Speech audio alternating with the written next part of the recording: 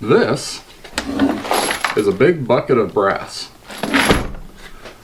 This also is a big bucket of brass. And I know that because, well, it has a label on it that says big bucket of brass. This is my big brass tumbler.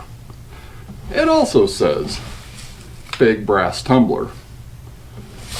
Also says danger. I don't know why that's on there. This thing obviously has got to be safe. I mean, I built it myself with stuff off of eBay and from the farm junk pile. Label your junk because, well, someday your kids are going to be fighting over who has to take all the dad's garbage and, you know, who gets the good stuff. So make it easy for them. Label all your junk. And this is a big brass reloading press. And unfortunately, there's no label on it. So I actually had to do some work to figure out what this thing was.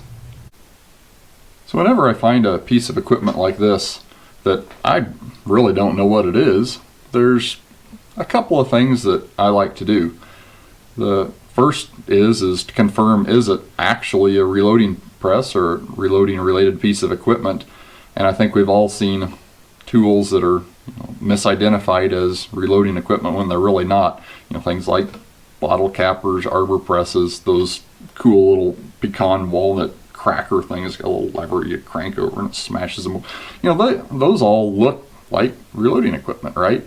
So is this actually reloading related? And, you know, I think should be fairly obvious, you know, once I get my hands on it, that yeah, this is a reloading press, right? I mean, it's got a powder measure up on top here, and it has shell holders, and it's got an arm that moves, you know, things that look like dies up and down. So obviously, yes, this is a reloading press of some sort.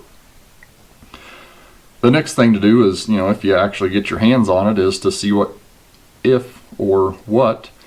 identifying marks are on the press. And unfortunately, on this machine, there's really not a whole lot. There's no brand or maker or patent number or anything like that. There are, fortunately, a few things that are labeled, and so it's helping me narrow it down a little bit. There's actually, I think, 4 items on here that have labels. These 2 shell holders are both labeled 6.5 millimeter. Obviously, that's not the diameter of the casing. You know, this is much larger than that, but it's for most likely a 6.5 millimeter caliber rifle cartridge, or I suppose it could be a pistol cartridge as well. More on that in just a minute. The next thing that I see is actually labeled is this button here. If I unscrew this off of here,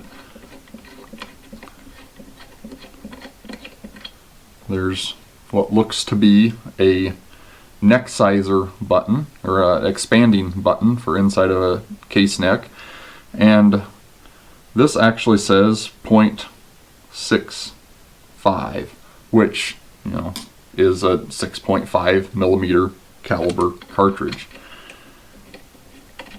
There is, up on top here, I'm going to pull this out and I'll talk about this in just a minute again. There, and make sure I can actually get this out of here. If I shove this out, there's a little sleeve inside of here, and this actually took some work to get this out and the set screw out of here. It was seized up and gummed up in there pretty bad. But this says .25 caliber on it. So again, you know, indicates that we're looking at a 6.5 or, you know, a .25, .26 caliber cartridge of some sort. And the last thing that really helped me out a lot, so I move this over and take this set screw out, grab my little pick and pull this out of here. There is a bushing in here. It's actually a powder measure bushing, and it has stamped on it 14.0 grains, GRS, dupe, D-U-P, the period, which is DuPont, I'm guessing. Number, N-O, the period, 80. So this looks like this powder sleeve was calibrated for 14 grains of DuPont number 80 powder. So there's a couple of good pieces of evidence on trying to figure out what this actually is. Type this back in here. So we're looking at a rifle cartridge that is 6.5 millimeter or 0.25 more or less, that would have taken about 14 grains of DuPont number 80. And if you know anything about powders, DuPont number 80 is long gone. It's been replaced many decades ago by other powders, but I was able to actually track down some load data for DuPont 80, and how I did that was I just searched the internet for cans, antique cans of sporting rifle powder number 80 by DuPont. And turns out those cans actually had load data printed on the back of those. And one of them that I found has rifle load data. And if I scan through here, we've got our cartridges over here and our charge weight and bullet grains and velocity. If I go down into the 6.5 calibers or the .25 calibers, I see that 25-35 Winchester, they say, takes 18 grains, oh, I'm sorry, 13 grains with a 117 grain bullet moving at 1600 foot per second. So remember back, this powder bushing is calibrated for 14 grains of that. We have everything that indicates a 6.5 millimeter cartridge. I don't have a 25-35 WCF Winchester centerfire cartridge, but if you look at the dimensions, the case head and base dimensions on a 25-35 are the same as a 30-30 Winchester. Makes sense, they're related, right? So I do have those, and guess what? It fits perfectly in our shell holder. So I don't know 100% for sure, but all indications are this is for a 25-35 WCF cartridge. And if we look at, you know, time frame and when those were developed, real late 1800s, early 1900s, 19 teens in there, kind of when this DuPont number 80 was around, that fits this general construction. It is built pretty well, but it's, you know, all brass, and it's a little bit, you know, funky style, doesn't resemble anything that's, you know, commercially produced within the last, you know, 50, 60 years, you know, since World War II. It's definitely different, and, you know, it may have been, it may be newer than I think, but all indications are that it's probably more than 100 years old. On the subject of not having 25-35 Winchester centerfire brass, it's actually still available. I looked it up. I was going to try to grab a piece to make this video with, and I could buy a whole bag of, you know, brand new production brass, no problem. It's out there. It's, you know, still available for those that have those older guns. The problem is now I have a whole bag of new brass and no rifle to put it in. And that leads me to having to buy a new rifle. Well, the rifle that I want in those is probably going to be one that my wife actually strangles me over, and that would be the opportunity. My children are going to have to go through all my junk, and anything that's not labeled, they're going to pitch. So, you know, full circle back to label your stuff. And if anybody has any brass they want to toss this way, let me know. Circling back to, you know, what is this thing and how does it work? We went over, you know, one, is it a reloading press? Well, yes. Part B, what's it for? Well, I think it's probably a 25-35. subpart C3, bullet item 3, I don't know. Is it complete? Well, that's where I have a little bit of bad news on this guy. So, we obviously have a couple of shell holders. We have 3 of them across here, right? And then, or spots for shell holders. We have 2 and then something going on here. In the middle, which is where I think seems that the depriming and case sizing operation would happen, we have a big hole up here. And actually, this is a 7/8 diameter threaded hole. Unfortunately, it's not the standard 7/8 diameter. It actually has something like a 28 thread pitch, or thread per inch threads on there, so really fine, much finer than your standard 7/8 die is now. So, again, that's another point of, piece of evidence that this is, fairly old, probably older than kind of standardized reloading dies, which, showed up, I think, in the 20s or thereabouts. So, fortunately missing that die. This is kind of cool though. If we look at the casting on the base here, this is obviously where you'd punch out your primers, because if you drop a primer down in this shell holder, it comes out this cool little hole here right into this tray. So this would be collecting all your used primers.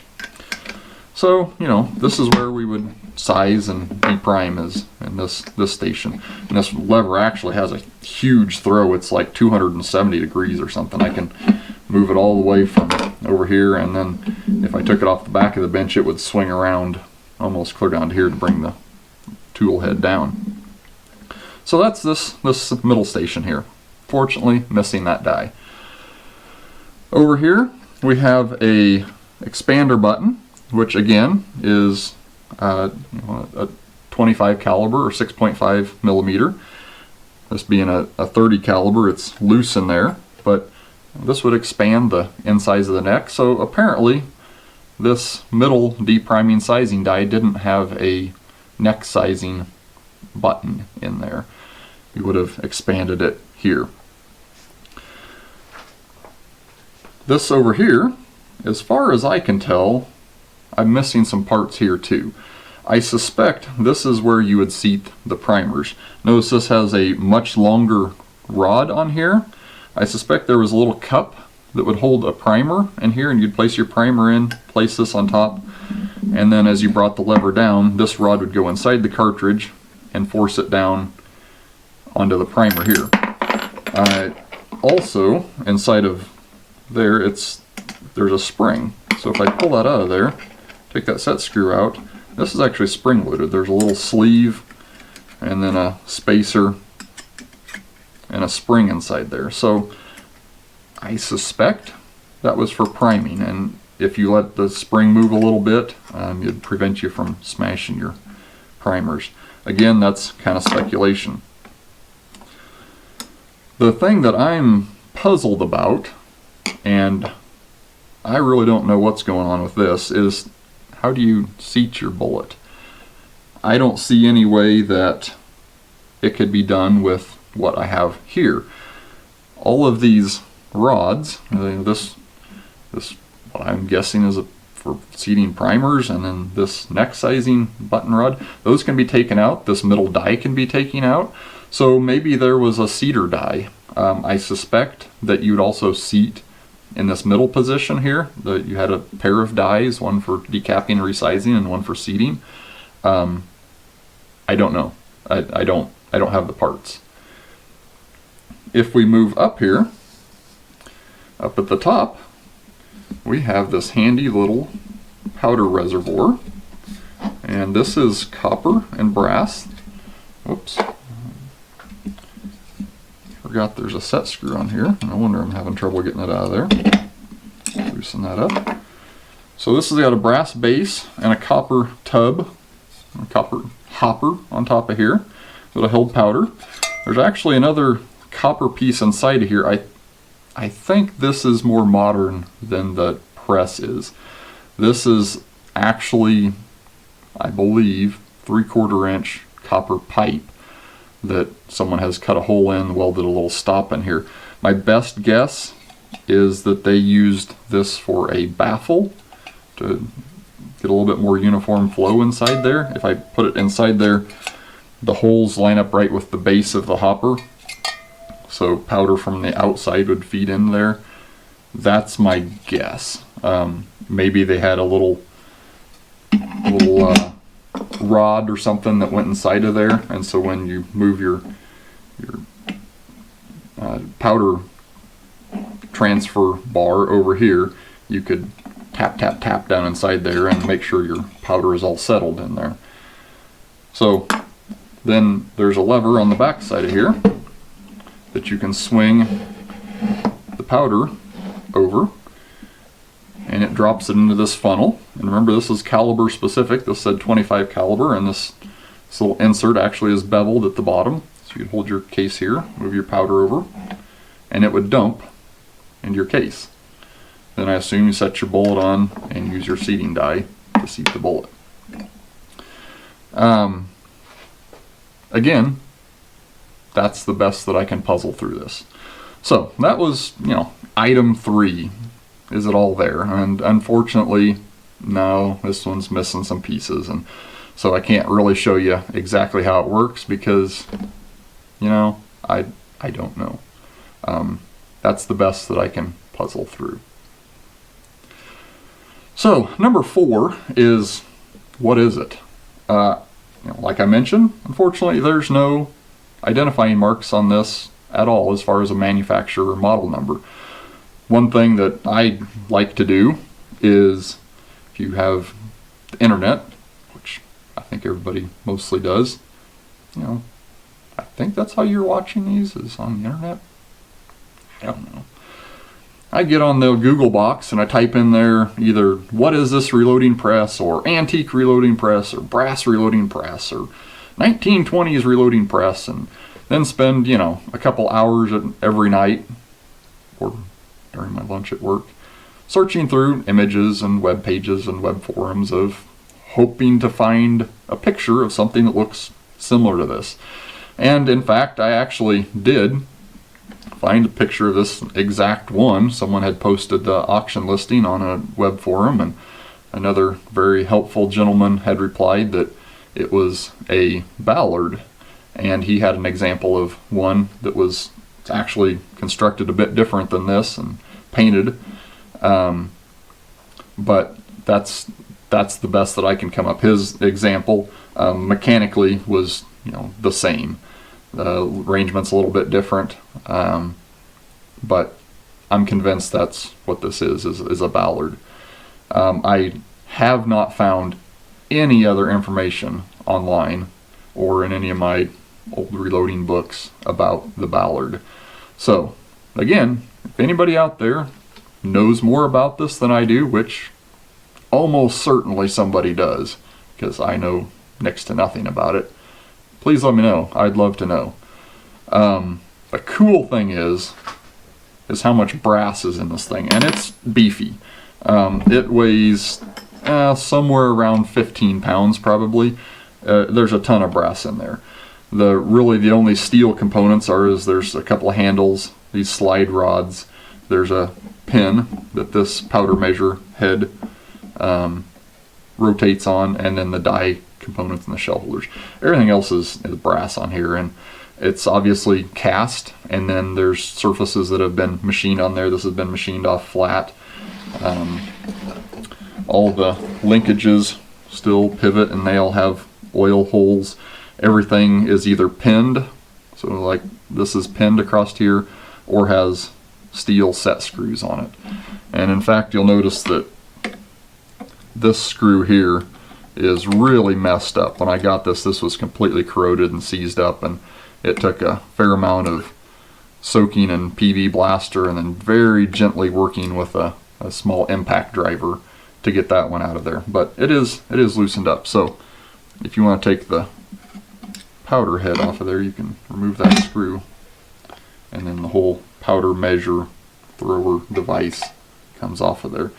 This shaft is actually milled. There's a flat milled on it, so it indexes, and then the set screw hits that flat. So that's the orientation that that would be in. So really a pretty cool piece of equipment. This actually, one thing I didn't show already, there's a clamp. There's a screw down here, a little clamp pad, and that's how it would mount on a table top or a bench, is you clamp it on there. So really neat piece of equipment. I'm really glad I found this one. The amount of brass in there and just kind of the work it took to figure out what it actually is. Really interesting. I really enjoyed finding this. So again, if anybody knows anything else about the Ballards, I'd love to hear it. I'd love to see it. Again, I probably got a lot of stuff wrong in here, so please correct me. Again, thanks for watching. So for my next video, we're going to talk about what's in this box. And this was given to me absolutely, well, not absolutely free. I paid for shipping from somebody that dearly wanted it out of their garage. So, you know, it's going to be a great piece of equipment if somebody gives it to you for free.